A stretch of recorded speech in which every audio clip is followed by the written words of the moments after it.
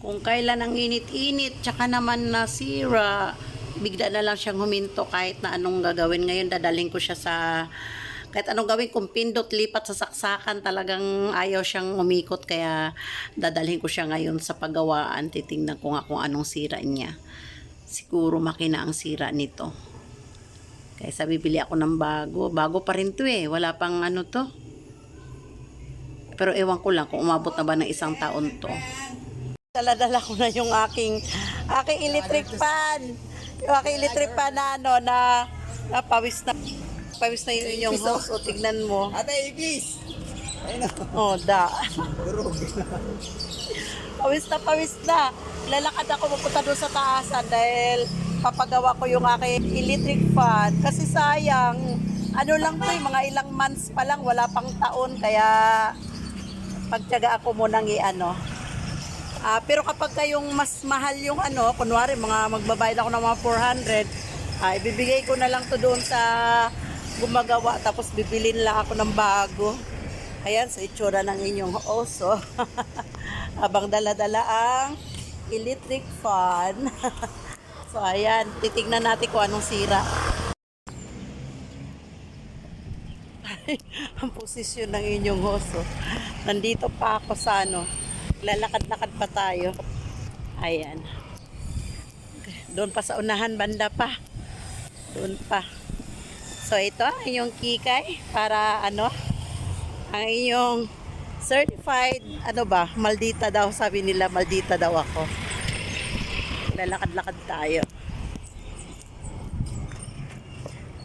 Puntahan natin yung manog ayos. Madami dito sa ano, sa lugar namin ang mag-ayos ng ano.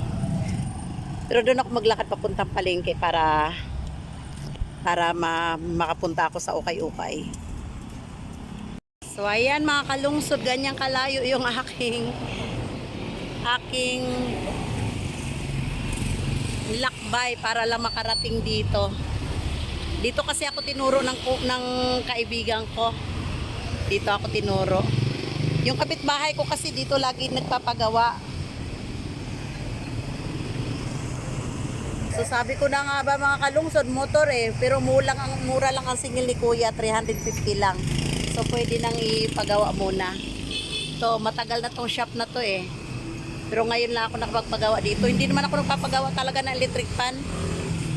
Binibigay ko na kaagad sa kalakal, kaso lang wala pa kasi isang taon. Kaya nanghinayang ako. Ano sa iyong ano? Anong papagawa mo? Sa timer. Ha? Timer. Sa timer ng?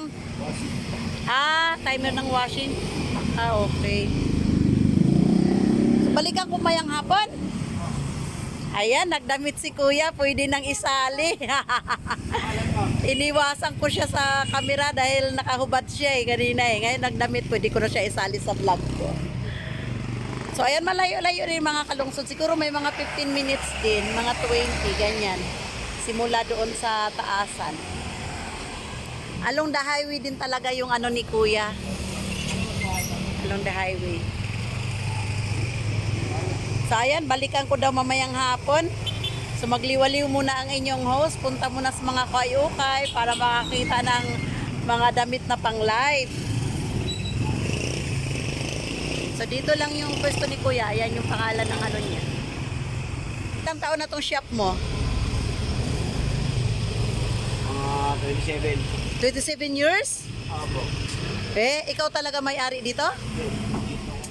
Kasi wala sa... Kung 27, edi ang bata mo pa. Ilang taon ka na ba? 25. 25, edi hindi ka pa pinanganak, shop na to.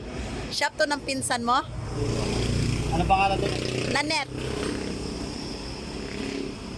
So ayan, 27-year-old yung shop, tapos si Kuya 25 years old.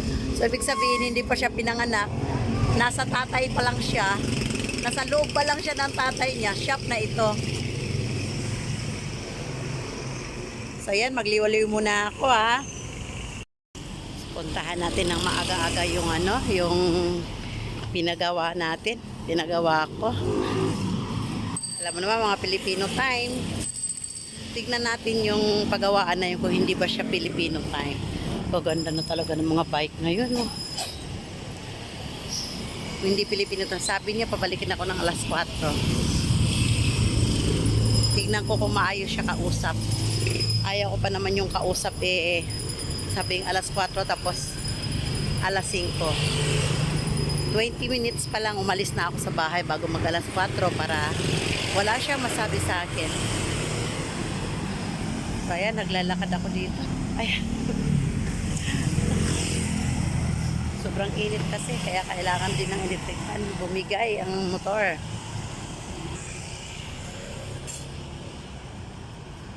Ayan, dito na. Tatawid na tayo. Tawid! Tawid na tayo.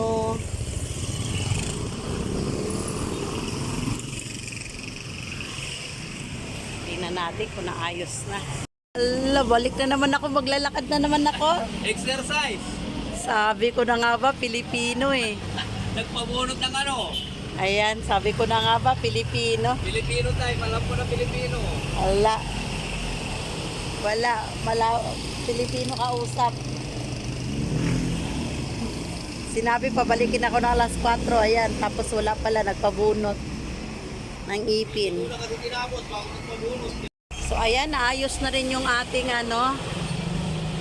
Oy, wala palang saksak. Pero naayos na siya.